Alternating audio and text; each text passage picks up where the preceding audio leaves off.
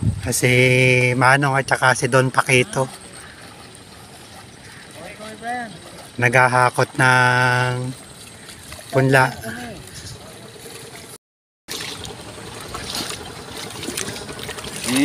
Para lang naman sila naglalaro.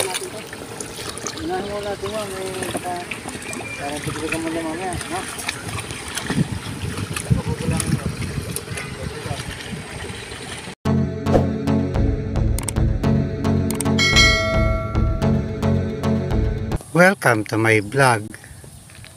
Pupunta tayo ng bukid, titingnan natin yung mga nagtatanim ng palay. Dahil patanim na ngayong araw na ito.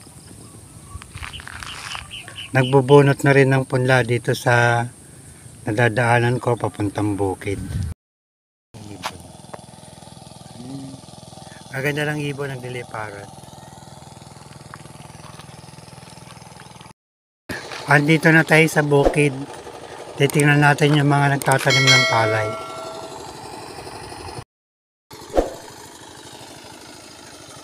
Andito na yung mga manananim.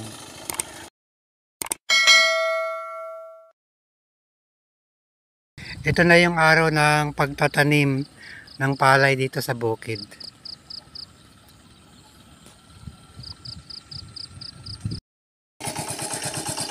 Nakapaghakot na pala sila ng punla para ilagay sa gitna ng pinitak.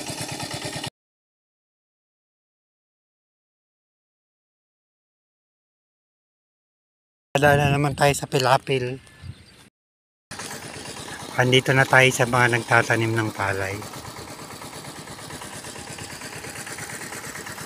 Marami rin mga nagtatanim.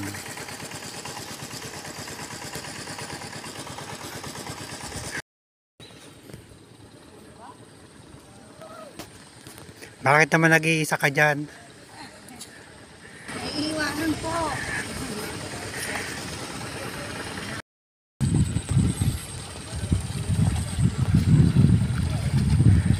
Kasi Manong at saka si Don Paquito naghahakot ng punla.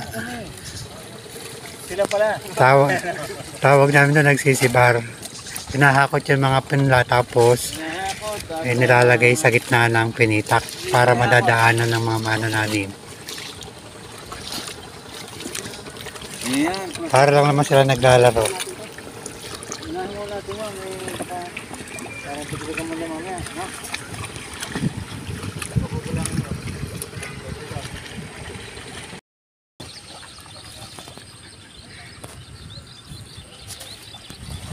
Inihahagis yung mga punla para madadaanan ng mga manananim para madaling lamputin.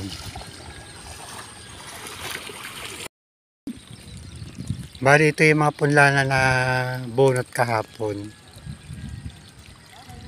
Sila na lang itinatanim ngayon.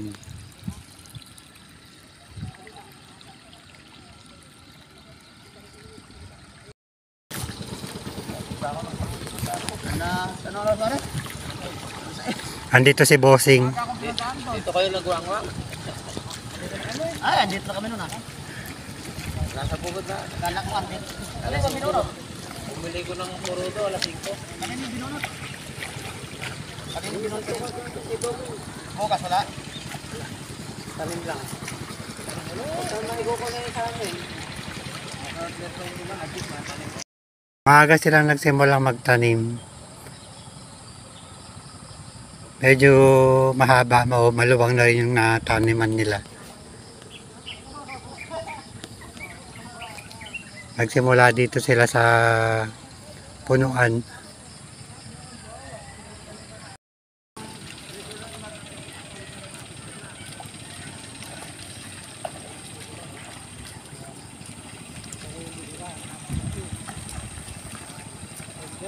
Bali yung dalawang banas ang tataniman nila. Itong dalawang diretsyo.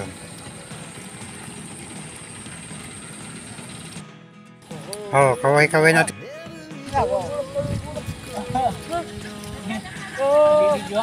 Oh, yun na. Ayun, ang sasaya nila magtanim ng palay. May kita sa ibang bansa si Teng.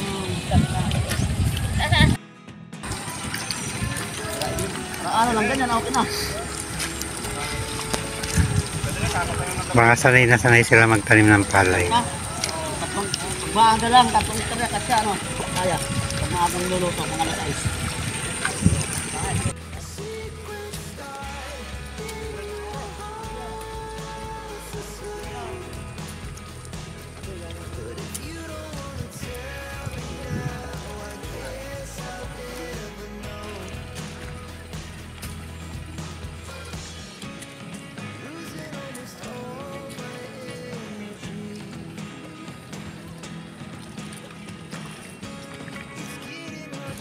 Bilis mong magtanim ah.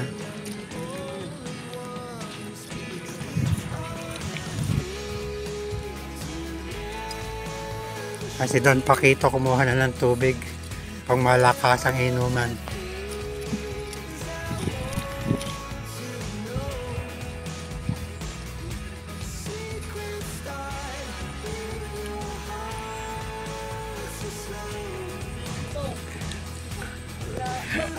Harapin yung mukha mo ah.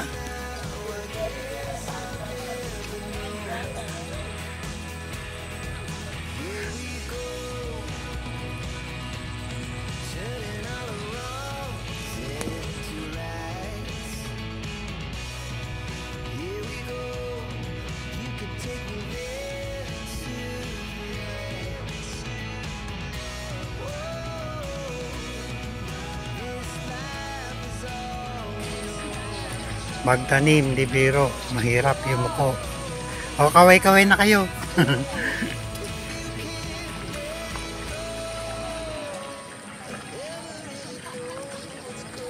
Kaya mga masisipag na manananim sa lugar namin.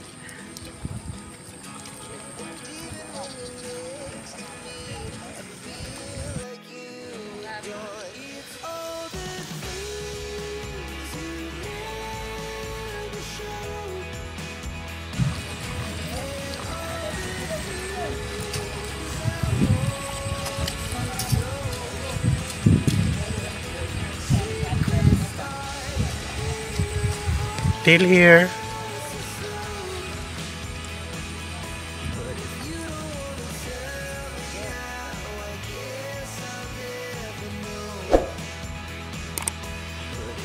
Thanks for watching.